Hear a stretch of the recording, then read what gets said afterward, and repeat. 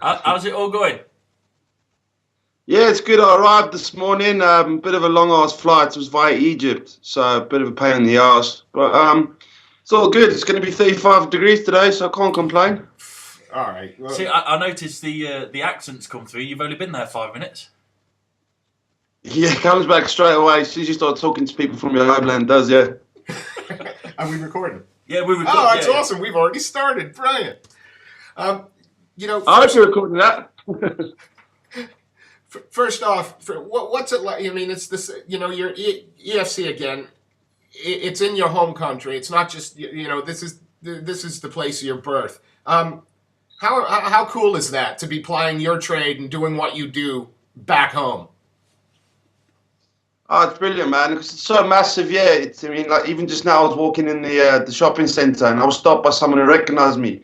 It's massive over here. It's on the billboards on the sides of the street. It's such a positive feeling. I mean, I'm fighting in Cape Town. I've been to Cape Town once or twice, but still, I mean, being in South Africa, home crowd, people recognise me. It's a really good feeling, man. Is it a more accepted mainstream sport back there than perhaps in the UK? Is MMA a bigger sport? I'll tell you what the difference is. There's not as many shows. The market isn't as saturated here. So you've got like top three kind of shows. I mean, EFC obviously being the biggest.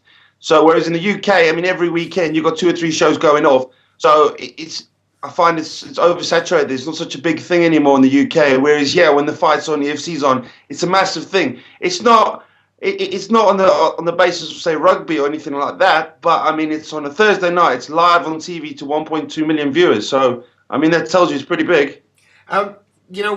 Is there any extra pressure on you? Do you feel any extra pressure when you fight on EFC than perhaps you did when you were fighting on the UK shows?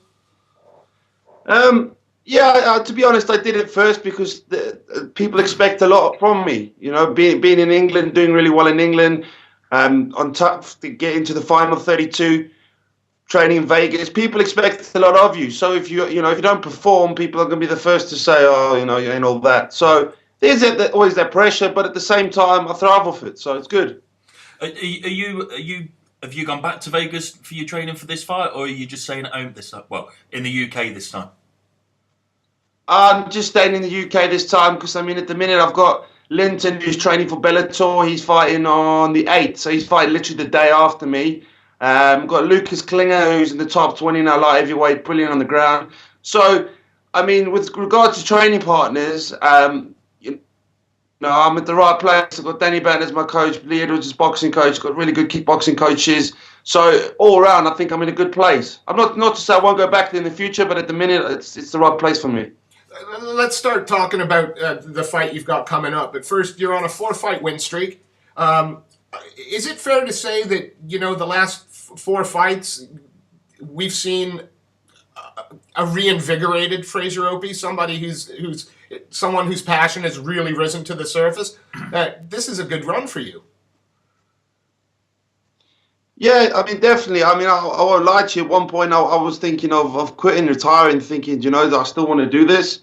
And the last win just gave me the passion back. Working with Danny, it's really helped me a lot, with the ground and that. Whereas in the past, it was I just like to strike and that was it. Now I'm all around MMA and I'm really starting to enjoy it again. So the win at EFC has really put me back mentally strong again and put me back into the game. And you're now back at light heavyweight. When you tried out for the Tough Series, was that weight cut just a little bit too much for you? Because you did, even on the show, you didn't look right in the face. You calling him ugly? No. To be honest, I would rather play on the M1 than ever go to middleweight again. It was vile.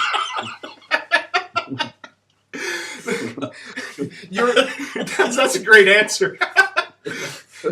Your opponent, Gideon, and I'm going to massacre his last name, Gideon Drotschie. Drotschie, Afrikaans, Drotschie. It was Drotschie. Shut up. He's 4-0 as a pro. He's not going to be a household name in the UK. What do you know about him? What can you tell us about him? He seems very game fighter. Goes forward. He's got a really slick ground game. He's training hard. I mean, he's amateur. He's 5-0. He's 4-0 pro. So he's on a 9-win streak. You know, he's not to be taken lightly. And the guy's hungry. He's got his belt. It's in his hometown. So, you know, I'm looking forward to the challenge. And I hope he is too. What kind of fight can the fans expect to see from this? Is there? I don't want you to give away a game plan because that's unfair. But is it going to be? Are you going to try and keep it standing, or is it you just going to let it happen and see where it goes? You know, I always try and predict things. This is gonna happen. That's gonna. It generally never pans out. You know, if I think I'm going to be striking, the next thing I'm on my ass. And then if I think I'm going to go to the ground, he doesn't want to go to the ground. So you know, it happens as it happens.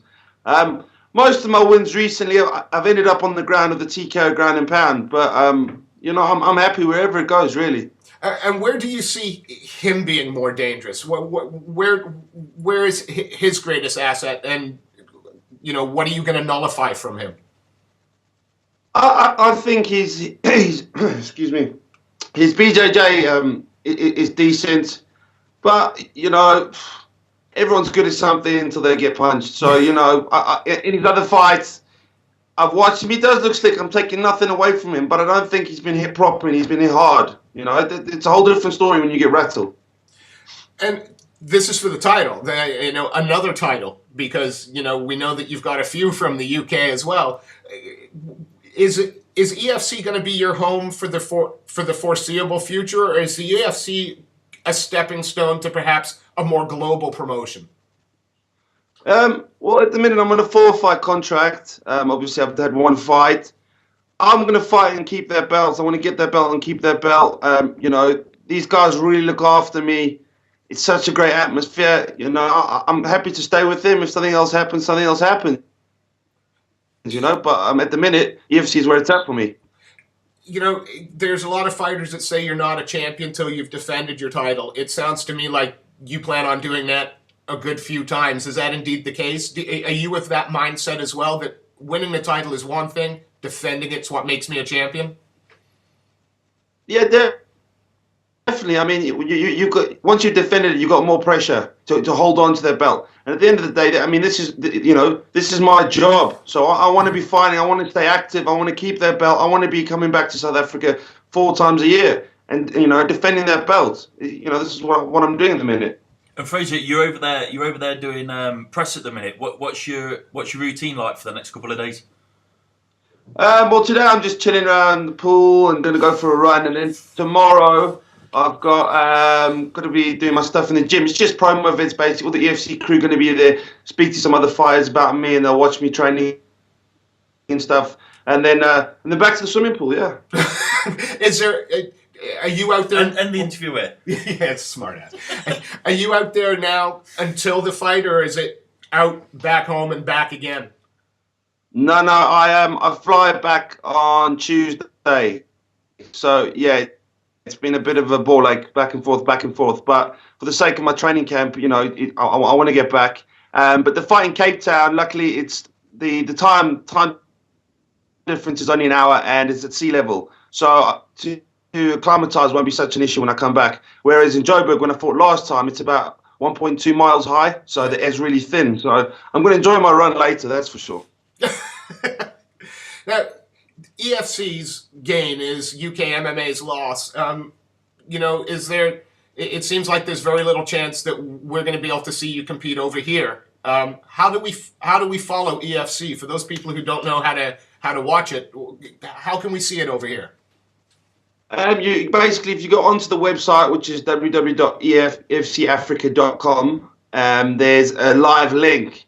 So basically, I think it's about $15 and it's a live link, and you get to watch all the prelim fights, the main card.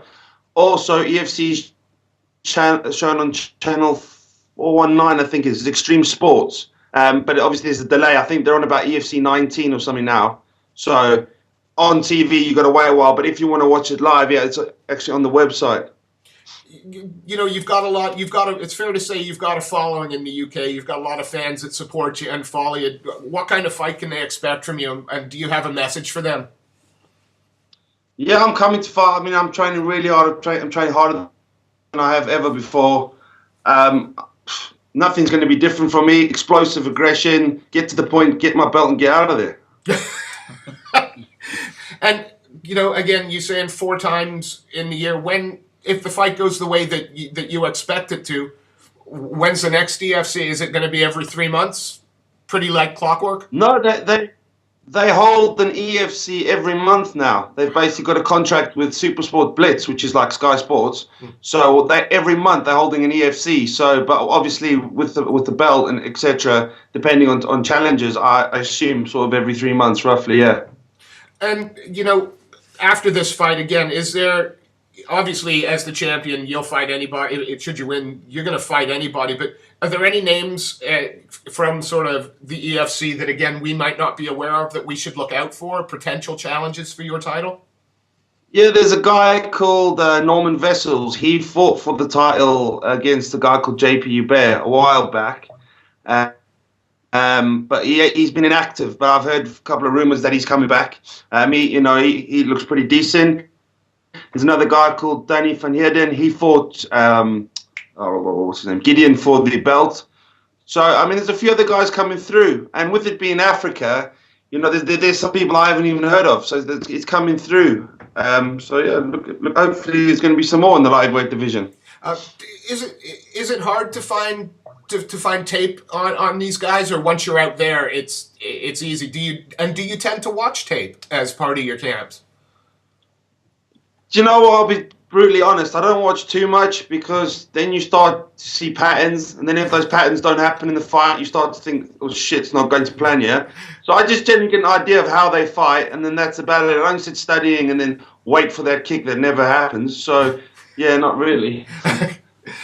We appreciate, Juan, you spending some time, especially as you're overseas, and we're keeping you away from the swimming pool, apparently. Before we let you go, though, mate, is there anybody that you'd like to give a shout-out to, any sponsors you'd like to thank? Do you have a message for Gideon? Yeah, I mean, I hope Gideon's training his arse off. I want to put on a real fight for the fans. There's no trash talk. I'm not like that. You guys know me. I'm not like that at all. He doesn't seem like that. So both relax and we just, show off our talent and our skills. Sponsors-wise, I want to thank Bad Boy. They do a lot for me over here and back home, Andy Dixon and that. BST, my new gym, my new home. Danny Batten, Lee Edwards, Chris McDonald, Jesse, all the trainers, my training partners, Linton, Lucas. Anyone if I've forgotten them, I'm sorry. But yeah, I'm really happy. It's really changed my whole outlook on MMA. Awesome. I appreciate your time. And now I'm going to ask a question that will probably... Oh, sorry. Before he has a wobbly, and my manager, Alistair. We're cutting that out. We're going to cut that out. Just to annoy him. We'll tell him you said that it. bit.